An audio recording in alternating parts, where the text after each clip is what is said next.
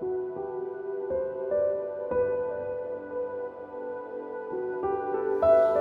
good morning, everyone. Welcome back to the Namaste experience. It's a new week. It's a new moment. It's a new reality. Actually, it's the same old reality. Same reality we've been having. The same real that is forever real. I love that in our opening prayer. The reality that is forever real. The truth that is forever true. That seems to hit it right on the mark, doesn't it? And when it does hit it right on the mark, there's a frequency that we sense within us and everywhere at once.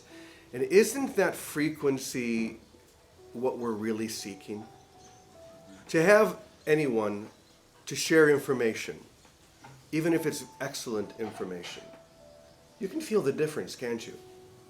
Someone might be sharing very deep, very beautiful, excellent information. And yet the one who stands and simply exudes the frequency, can't you feel that? Don't you know the difference? And isn't that what we're really seeking? The frequency of being awake. Not the one who proclaims themselves as enlightened. In fact, I always say that if anyone tells you that they're enlightened and you should follow them, best to run. But if anyone says, I am awake, walk with me, it's a very different thing. That's a very different energy. That's a very different purpose. Walk beside me. I can see where we're going. There is a light in their eyes and a frequency within their step that you can feel, that you cannot deny. And when you're with that one, walk with them. So we're going to talk a little bit about that today. Every day we talk about the reality that is forever real and the truth that is forever true. But we're going to go a little bit deeper today, and I just want you to follow me to see if you can sense this frequency. So I'm going to share something that came through, and it begins with just this line. Everything that is holy. Just breathe that in for a moment. Everything that is holy. You could also say, everything that exists is perfect as it exists. And anything that does not exist is not real. Sound familiar? Let's hear it one more time. Everything that exists is perfect as it exists. Exactly perfect, exactly as it is. And anything that does not exist is not real. Now, we could just add the line, herein lies a piece of God, and you would know exactly where that energy, where that reality comes from. But herein lies the peace of God. When we have that experience of just relaxing into what is real or what does exist and letting go of that which does not, life changes. Reality is seen as forever real. That's the experience. And this is what we talk about and share every day, that experience. You'll probably notice that we don't spend a lot of time with intellectual concepts and ideas and rationales. We come here with a single longing. How many of you can feel that longing within you? I want only one thing. There's only one thing that my heart is calling for, and that is the experience of who I am now, who I have always been, who I cannot stop being, no matter how hard I've tried. Boy, have we tried. So let's go a little bit deeper here. Let me read this one more time. Everything that exists is perfect as it exists, and anything that does not exist is not real. As always, the truth of this statement is not something that can be grasped or comprehended by the mind, but when the mind surrenders to reality, it relaxes into a divine flow. You all know that flow. A divine flow where it knows its rightful place. The mind knows its rightful place, its rightful position, and its rightful duty. It's not your job to change anything. That may be one of the most important sentences you're going to hear today. It is not your job to change anything. I was, of course, at the breakfast table this morning, and that's where all the good stuff seems to come out. And Calico, she had an experience this weekend where she read one uncompromising line from A Course in Miracles, and it changed everything for her. And that line was, never correct your brother. Whoa. Think about that for a second. First of all, when Jesus uses the word never, there's no discussion. There's no compromise. You either believe that or you don't. You either follow it or you don't. But never correct your brother, because the correction is only where? In your mind.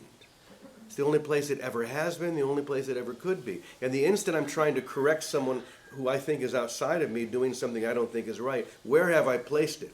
Outside of me, where it does not belong. Always pull it back to the mind. I'm so glad that she brought that up today. Okay, once again, it is not your job to change anything, but to acknowledge the perfection of what is true and whole. Acknowledge the perfection of what is true and whole. The idea of change is a concept absent from the mind of God. Whoa. The idea of change is completely absent from the mind of God, who sees all things as changeless. Drink that in. Sees all things as changeless. Do you think it's possible to see a world in a similar light? Do you think you could do that? See all things as changeless? The answer, of course, is yes, if you choose, if you make that choice. What if I told you that you're already perceiving this reality? The whole of it. The whole of it. Though from a perspective unfamiliar to your conscious mind, which sees only what fades and dies and finally decays. Now that is direct. Your mind, your perceptual mind, sees only that which fades, dies, and finally decays. But you still have a choice. This is the best news in the whole universe. You can choose to fall back into that position that you've fallen back in for so long and choose to only see that which changes, or fall into the mind of God, which sees only the changeless. Only that which could never change, beyond all change. It's your choice. So, why not choose that? Or as it says in the workbook, why not choose heaven? It's here right now. Why wait? Why would you wait for heaven? Why would you wait to be in that changeless, perfect mind that is in you now? That's all this is saying. It's true now. You don't have to make it true one day. There's nothing you need to do for it to be true. Ooh, that even rhymes. Something that Scott might sing. You don't need to do anything for it to be true. Okay, let's read on. The vision I'm describing comes through a single desire to see as God sees, or to see what is seen by God. A single desire. That's what we talk about here every single day. You have to have a single, focused desire to see what is seen by God. Until now, you've chosen to see what is not seen by God. And this not seen has led to every trouble in the world. Literally, every trouble in the world comes from this not seen. But it is yours to choose again, thank God. And in doing so, the world changes with you. The world you perceive suddenly changes in front of your eyes, because you have made the choice, the only true choice that could be made. The choice for truth. Remember the very beginning where it says everything that is holy, and everything that is not is not. You know, that may sound like a simple statement or simple words, but that's the only thing you need. That's the only thing you need right there. It may sound impossible, but I assure you that it's not. How do I know this? Once again, because everything that is holy. And you are holy because you exist in the mind of God. You exist in the mind of God. Your desire to see what I'm describing is like putting on a pair of glasses that brings into clear focus heaven itself. Wouldn't that be amazing if you could go to the optometrist and say, oh, is that the new line of heaven glasses? I would love one of those. Ah, there it is. To put on a pair of glasses and there's heaven. Well, that's literally what this is. Not physical glasses, but a way of seeing. He says it's like putting on a pair of glasses. And suddenly heaven comes into perfect focus. In other words, heaven is all around you this and every moment, but you've chosen to not see it. You've chosen to walk around without your glasses on. Any of you who have ever done that, who wear glasses, you know it's not the best way to go. Everything is blurry. Everything is out of focus. And don't you want everything in focus? So put on your heaven's glasses, for heaven's sake. All right.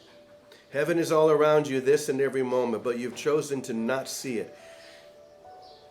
Heaven is all around you this and every moment, but you've chosen to deny it. But a single glimpse of this reality, a single glimpse is enough to stir the memory of heaven that never left your mind, just as it never left the mind of God, which you are part of. You are part of the mind of God. You never left the mind of God, the allness of the all. But you've chosen to believe you could, and in doing so have created a whole world where such a thing seems possible, where sickness, pain, and death seem possible. And just like that uncompromising statement that Calico mentioned this morning, we can be uncompromising with this, and if we are, heaven appears before our eyes. That's the experience of being awake. Once again, if you are in the frequency of anyone who is living that, you will know it. Walk beside them. For me, that person's Vicky. I've been walking next to Vicky for many, many years. And every time we're together, this is why we do this every day, because the frequency amplifies. It amplifies. It stirs. It grows, because we've chosen to walk together in a holy relationship that sees only that which can be seen, as opposed to that which can never be seen. So put on your heaven's glasses. Go, if you lost them at one point or another, go back to this is a very specific optometrist, by the way. You're not going to find these glasses at just anyone. But you'll know it when you find it. Go there and put on those glasses, and don't take them off. That's the other problem. It's like we get so accustomed to it. I wonder what it, oh yeah, put them back on. There's no reason to see anything but that which can be seen at this point, at this stage in your awakening. You wouldn't be listening to this if you were not awakening. You may be in that first state of when the alarm clock goes off and you want to hit the snooze. We've all been there. Or you may already be pumping coffee down your throat. Stay awake. That's the only message. Stay awake. You are so needed. You're so needed at this time. Heaven is right there in front of you. So, thank you, everyone. Thank you.